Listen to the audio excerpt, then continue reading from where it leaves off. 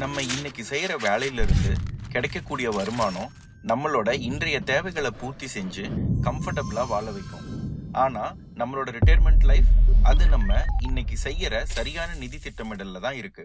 அதனால ரிட்டையர்மெண்ட்க்கு அப்புறம் financial burden இல்லாம நல்லா வாழணும் அப்படின்னா வேலையில இருக்கும் போதே கரெக்டா பிளான் பண்ணி இன்வெஸ்ட் பண்ணாதான் முடியும். சேலரி அதிகம் இல்ல கம்மிங்கிறது முக்கியம் இல்ல.